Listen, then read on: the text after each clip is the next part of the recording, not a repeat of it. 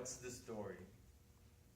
Today I wanted to share some stories that I've been through and how I've reacted to them and possibly how I should have reacted to them. The first one is regarding my daughters. I have 4 kids in total, my 2 youngest. First one is Isis, she's 11 years old, and the second one is Genesis, she's almost 13. I go into the room and I see my daughter Isis on the floor. She's crying her heart out. I see my daughter Genesis right next to her, kind of in an upset face and looking at her and starting to walk away.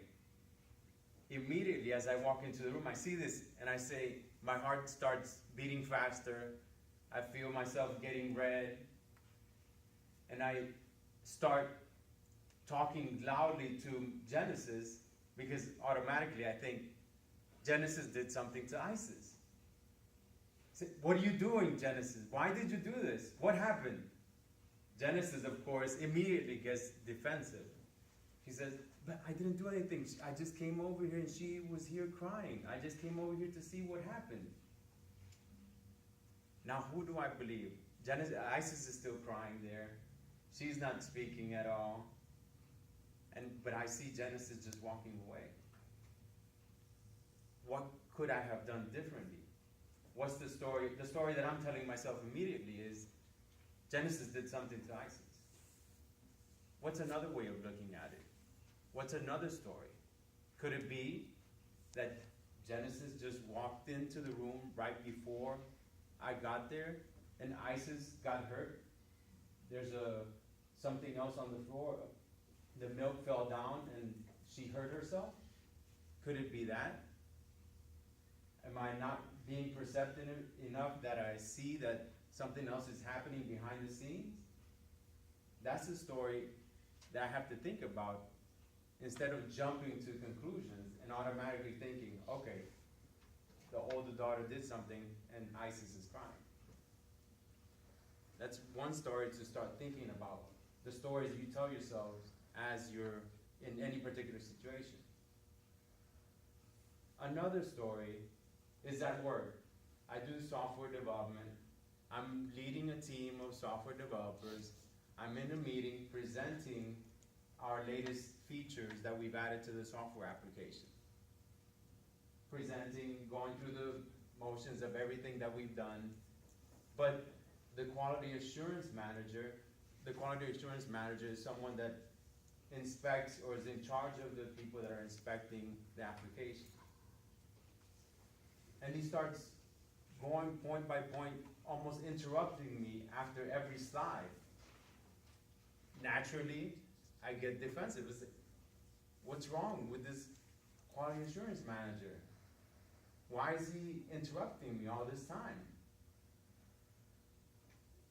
And he continues to do this in the meeting in front of an audience such as this. I start thinking, he's trying to attack me, he's trying to sabotage my presentation. Why is he doing this? Could it be that in a prior meeting I upset him for some reason? Why? I start getting defensive again. But then I start thinking about, let's look at it from his perspective. What could it be that's happening in his life that might be affecting his work situation? Could it be that there could be some trouble at home? Had a big argument with his wife at home and it's just trickling over into work? Could it be that he recently found out some bad news? That's another perspective that I would need to be considerate of and consider. So instead of being automatically defensive, I take him aside and ask, is there something else the matter? Is there something wrong? Did I do something personally to him that might have affected or contributed to the fact that he was nitpicking and interrupting my presentation at the time? So again, is the story that we're telling. I could automatically get defensive as I did, or I can actually talk to the person and understand what's going on behind the scenes.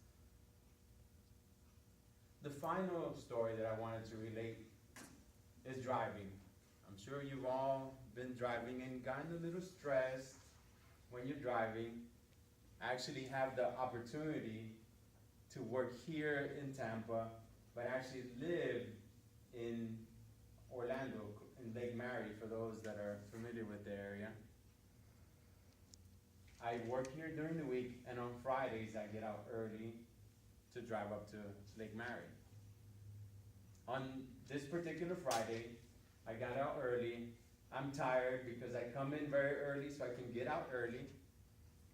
The drive over there as we're going through Orlando, of course, traffic is terrible there because of the construction and I-4.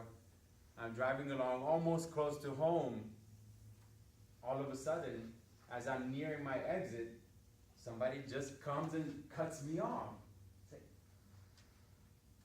I'm sure it's happened to more than one person. It's like, what is wrong with this person? Why are they doing this? Why they don't even put the signal? They just come up right behind me and cut me off.